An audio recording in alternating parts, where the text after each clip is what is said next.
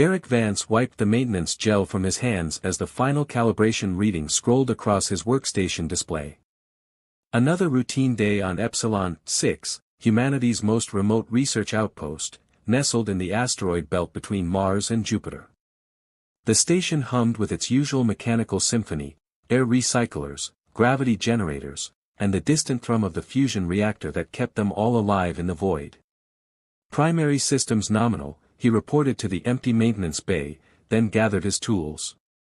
Time to head back to quarters and whatever protein paste the food synthesizers were calling dinner tonight. The residential section stretched before him, a narrow corridor lined with identical doorways. He shared quarters with Veli, a Renari xenobiologist who'd been assigned to the station 6 months ago.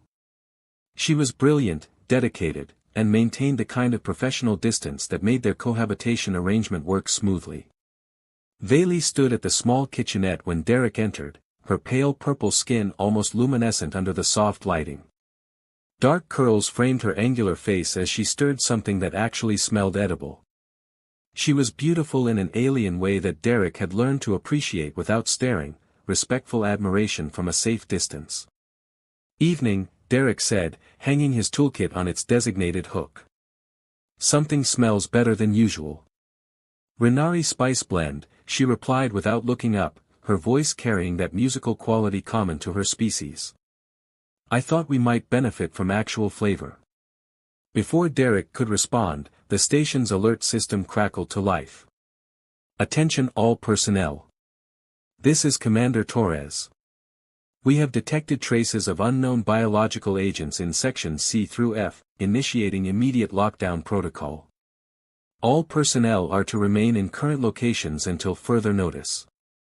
Derek and Veli exchanged glances as the gravity of the situation sank in. The door's indicator light shifted from green to red with a decisive click. "Estimated duration, 72 hours, the commander continued. "Emergency supplies have been distributed to all quarters." "This is not a drill." Veli's stirring had stopped. Derek noticed her shoulders tense, though she maintained her composure. "Well," she said quietly, "I suppose we'll be getting to know each other better." Neither of them realized just how prophetic those words would prove to be. 24 hours into the lockdown, Derek noticed the changes. Veli had always been methodical, almost ritualistic in her daily routines. She'd wake at 0600 station time, perform what looked like meditation exercises, then dive into her research with laser focus. But now she paced their small quarters like a caged animal, her usual grace replaced by restless energy. "You okay?" Derek asked, looking up from his tablet where he'd been running diagnostic simulations to pass the time. "Fine," she replied too quickly, not meeting his eyes. Her pale purple skin seemed more vibrant than usual, almost glowing with an inner heat. The confinement is unusual for my species." Derek nodded, though something felt off. Renari were known for their adaptability, it's why they made excellent deep space researchers. But he didn't press. Everyone handled stress differently. By hour 30, Veli had stopped eating. She'd prepared meals with mechanical precision, then barely touched them. Derek caught her staring at him more than once, her large eyes tracking his movements with an intensity that made him self-conscious. "Are you sure you're all right?" he tried again during their evening meal. "You seem agitated." Veli's fork clattered against her plate. "I'm processing the situation," she said, her voice strained. "Your proximity is." She paused, searching for words. "Challenging." Derek felt a flush of embarrassment. "I can sleep in the storage alcove if you need more space." "No." The word came out sharper than intended. Veli's eyes widened, as if surprised by her own vehemence. "I mean, that won't be necessary. I just need to adapt." But adaptation seemed impossible. Derek watched her throughout the night, noting how she'd grown hypersensitive to every sound he made. When he shifted in his bunk, she'd freeze.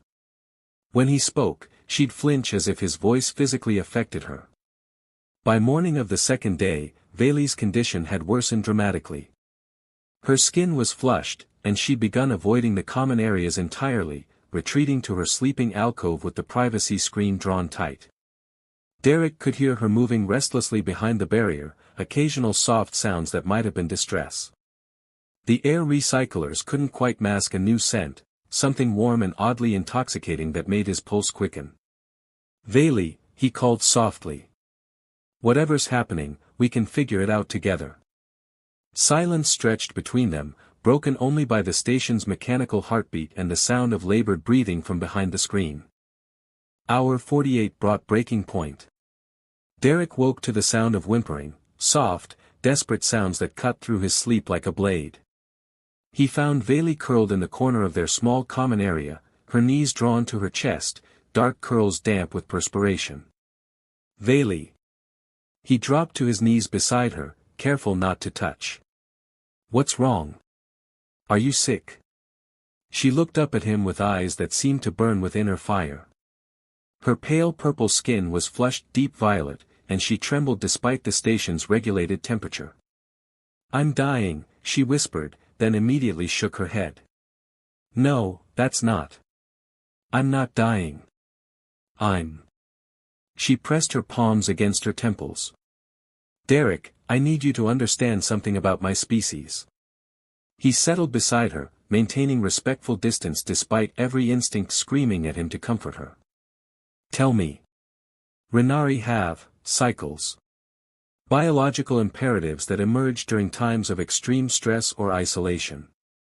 Her voice was barely audible. "On our homeworld, there are protocols. Facilities. Privacy. But here." Understanding dawned slowly, then hit him like a physical blow.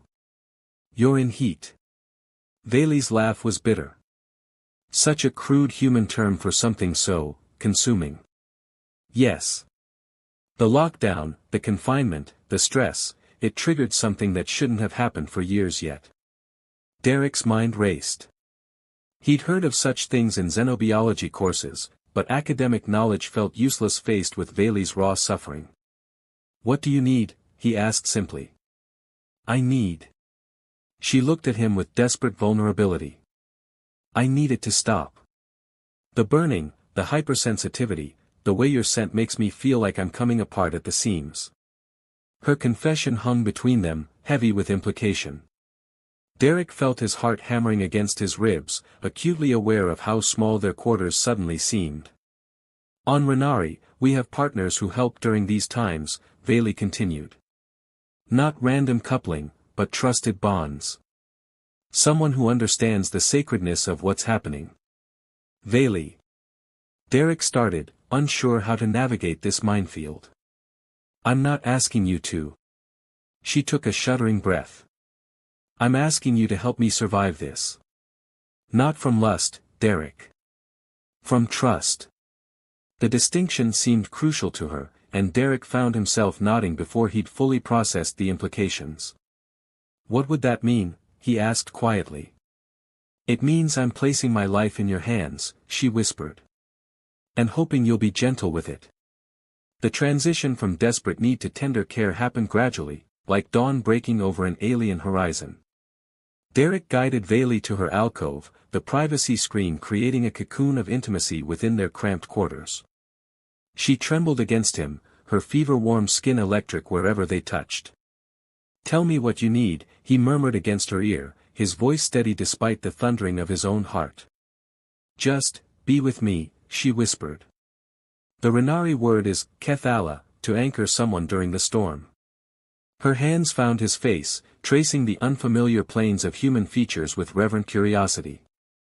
Derek had never been touched with such desperate gentleness, as if she were memorizing him through her fingertips. "Your skin is so warm," she breathed, pressing closer. "Like sunlight on Renari crystals." Derek responded by brushing his lips against her forehead, tasting the slight saltiness of her alien physiology. Vayli's breath caught, and he felt her relax incrementally, the rigid tension in her shoulders beginning to ease. They moved together slowly, a careful dance of discovery and comfort. Derek learned that Vayli's pulse points glowed faintly when stimulated, that her neck was incredibly sensitive, that she made soft trilling sounds when he touched her just right. In Renari culture, she whispered against his throat, "This bond, it's sacred. Not just physical, but spiritual. Soul deep." Derek understood. This wasn't mere coupling, it was communion. He held her reverently, letting her guide their pace, responding to her body's needs rather than his own desires. When they finally joined, it was with a tenderness that transcended species. Vayli's eyes remained locked on his, her pupils dilated with something beyond physical pleasure, a deep, primal gratitude that made Derek's chest tight with emotion. "Kethala," she murmured again, the word becoming prayer, promise, and praise all at once. They moved together in rhythm older than civilization, human and alien finding harmony in the most fundamental of connections. Derek felt barriers dissolving, not just between their bodies, but between their souls. Vayli's crisis peaked and broke like a fever, her body arching against his as waves of relief coursed through her. Derek held her through it, whispering wordless comfort as she shuddered and gasped, finally finding peace in his arms. Afterward, they lay entwined in the narrow bunk, her head on his chest, both processing what had passed between them. "Thank you," she whispered, the words carrying weight beyond gratitude. Derek stroked her damp curls, understanding that they'd crossed a threshold from which there would be no return. The lockdown lifted at precisely 0800 on the third day, the door's indicator shifting from red to green with a soft chime. Derek and Vayli sat at their small table, sharing breakfast as if the last 72 hours had been perfectly ordinary. Except nothing would ever be ordinary again. "Station personnel report to duty stations for contamination screening," Commander Torres announced over the intercom. "All clear protocols will be implemented over the next 6 hours." Vayli stood, smoothing her research uniform with practiced efficiency. But Derek caught the slight tremor in her hands, the way she avoided direct eye contact. "Are you okay?" he asked, the question carrying new weight after everything they'd shared. "I'm processing," she replied, using her favorite word. Renari culture has specific protocols for Kethala bonds. I'm not sure how they translate to human relationships. Derek felt a knot form in his stomach. "Are you saying this was just biological necessity?" "No." She turned to face him fully, her large eyes fierce with emotion. "Derek, what we shared it was sacred. But I don't know what it means for us going forward." The honesty was typically Vayli, direct, thoughtful, slightly devastating. "We figure it out together," Derek said simply. "Like we always do." They reported to their respective duties, maintaining professional facades while internal earthquakes reshaped their emotional landscapes. Derek found himself hyper-aware of Vayli's presence in ways that had nothing to do with biology and everything to do with the soul-deep connection they'd forged. During their shift overlap, she approached his workstation with uncharacteristic hesitation. "Derek," she said quietly, would you like to share evening meal again? I mean, properly share it. Not just proximity." Her careful phrasing made him smile. "Are you asking me on a date, Vayli?" "I'm asking if you'd like to explore what exists between us beyond crisis," she replied. Slowly. Respectfully. With full understanding of the complexities involved. Derek saved his work and turned to face her fully. "Yes. I'd like that very much." That evening, they sat together watching the stars through the observation deck's viewport, no longer just roommates or colleagues, but something entirely new. Derek had entered the lockdown as a maintenance technician on a remote station. He emerged as part of something larger, a connection that spanned species and redefined his understanding of what it meant to belong in the vast cosmos.